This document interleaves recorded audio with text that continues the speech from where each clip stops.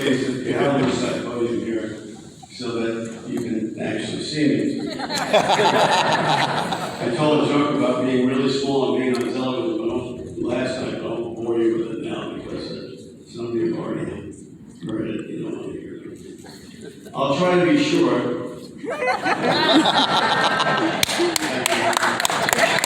Oh, wait, I love it. I was talking to somebody earlier today.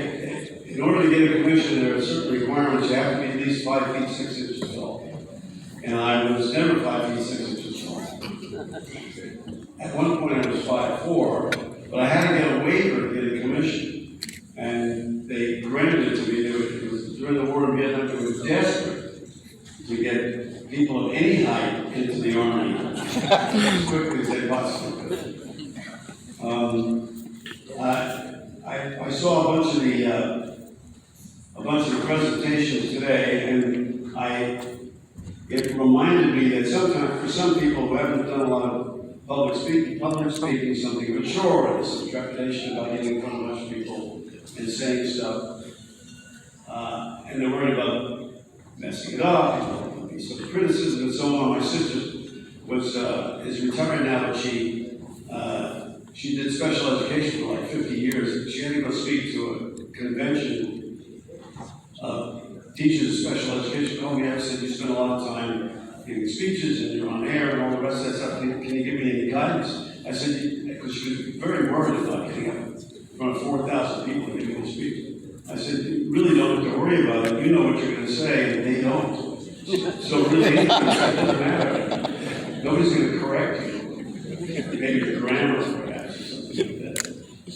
And it reminded me of a Seinfeld observation, some of you might remember, where he talked about an actual poll that had been done with a fairly substantial number of people being polled, asked to rate the top 5 things that they feared, the top 5 fears. The number 1 fear was public speaking.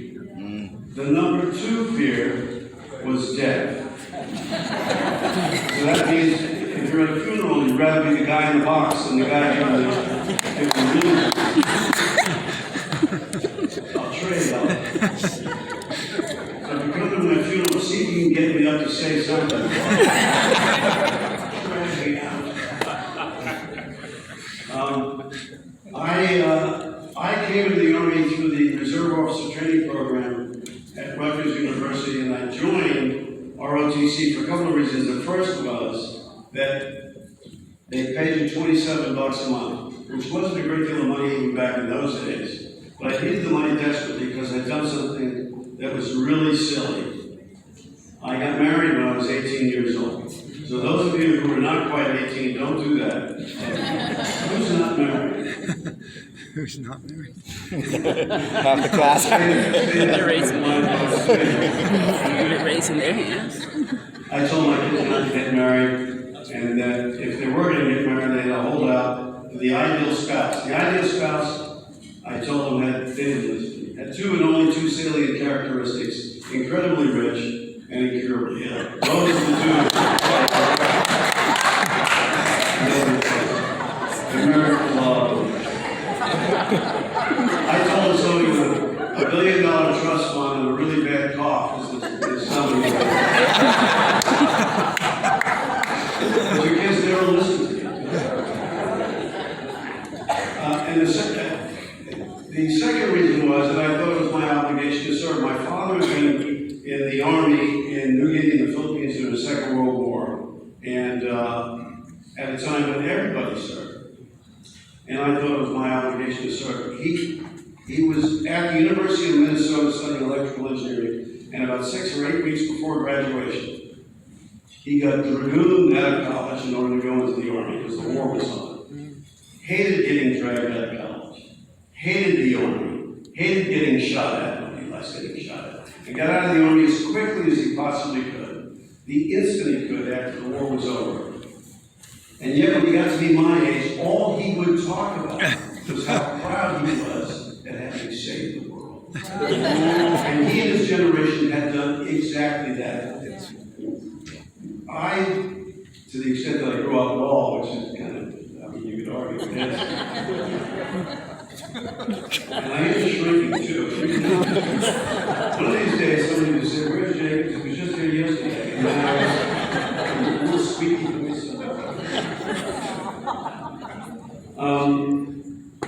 I lived in the subsidized housing projects in Queens, in Long Island City, and every household made a contribution to the defense of the Republic. I had friends who had fathers who were missing arms and legs and eyes, and I had friends who had no fathers at all because they'd been killed in action. But no household was not involved in defending the United States and saving the world. Today, we've decided to outsource the defense of the Republic to a very small number of young men and women who are willing to do it. Now, you're looking at somebody who believes in universal service. I think if you're lucky enough to live in a free country, you owe it something in the form of service. Sir.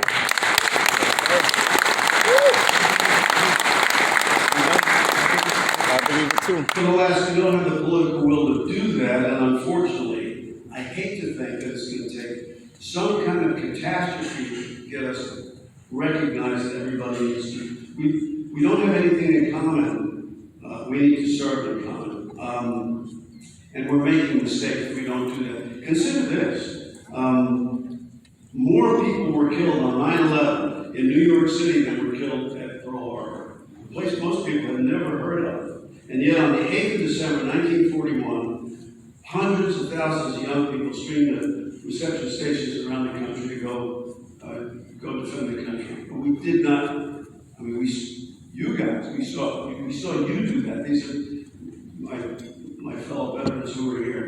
But you were the minority, you were in the minority. And I think we're not going to like the outcome if we persist in giving the responsibility of defending the country to a very small number of people who are willing to do that. In any case, I thought it was my obligation to serve. I was going to go and do my 3 years, and I was going to get out and go to law school, but I stayed. And I stayed because I really loved the people and didn't want to leave them. And now when people ask me, what do I miss most about the Army? It's the people. I really miss the people. And that's why I'm really much more comfortable among all of you than I am usually among people, because I know the majority of you, I mean the students in particular, but also the faculty, have been in uniform and they know exactly what it's like to serve and in some cases to sacrifice. In all cases, to sacrifice on behalf of other people and on behalf of a country of 340 million people who depend on it. My first assignment was in Charlie Company, 2nd Battalion Airborne, 505th Infantry, in the 82nd Airborne Division.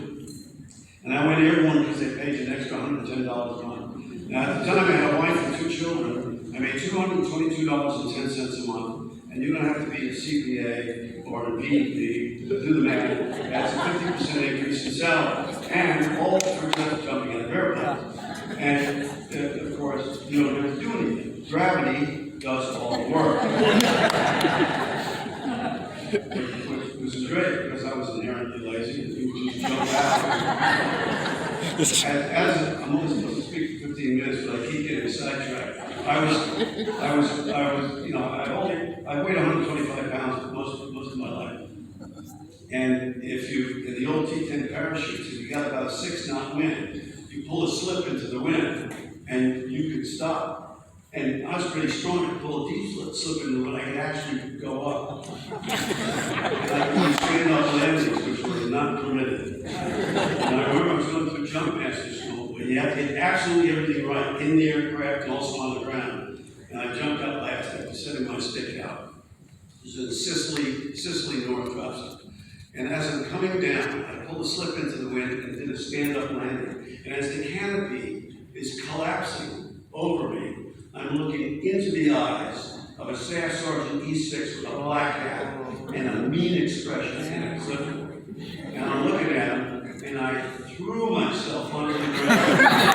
The most exaggerated parachute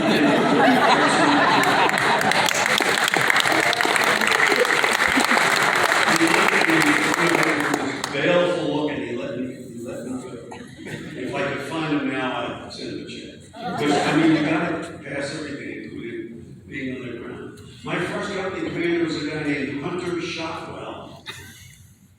I guess if you name Shotwell, you name your kid front side of sling swing. He was a 1963 graduate of West Point player. He played hockey and lacrosse, and he had the false teeth to prove it. And I don't forget, this is at the beginning of the war in Vietnam, we were shipping officers and enlisted men as fast as we possibly could to Vietnam, because we were building up and we were running out of the kids who were sitting there in any case. And I reported to him, and I said, we shot the breeze in his office, and he said, now get out of my office. And I said, sir, which platoon is mine? For those of you who don't know, a rifle company's got 4 platoons, about 40 men each. I said, which platoon is mine? He said, you must be joking. We're the only officers in this company. They are all yours. And I went instantly from being responsible for absolutely, positively nothing, to being responsible for absolutely everything in the lives of about 150, 160 men. There is nothing like military service. It gives young people authority and responsibility at a very early age. And when I go talk to CEOs now, who talk about hiring veterans because they think it's something that they ought to do to pay the veterans back for what they've done in service to the United States, and I tell them they're full of baloney. They need to hire these people because they're the best people they can find anywhere.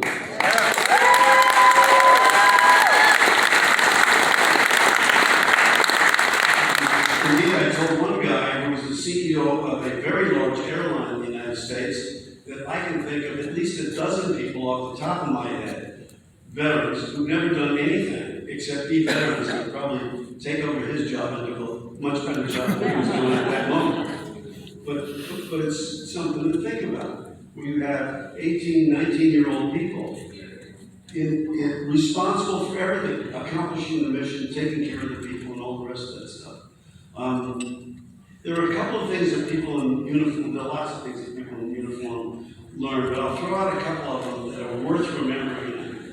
I'm preaching to convert for a lot of you, if not all of you. The first is the whole notion of trying to accomplish a mission. You can't tell a private, no-class dogface in the Army to do anything unless you first tell them what it is you're trying to do. We forget that in civilian life, in business, in government, but in military life we know that all the time. It reminds me of the observation of Lewis Carroll, right? Which wasn't even his real name, so I think we should talk. He wrote Through the Looking Glass, Alice in Wonderland, Jabberwocky, and so on. And he wrote at one point, I think in Through the Looking Glass, if you don't know where you're going, any road will take you there. That's right. Except that, we know that. Those of us who've been in uniform, we know that. If you're successful in business, you know that.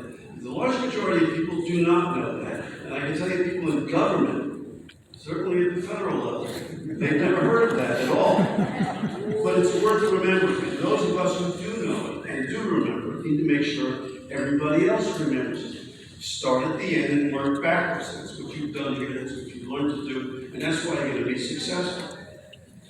The other thing to remember, and there are lots of things to remember, obviously, is the whole notion of people.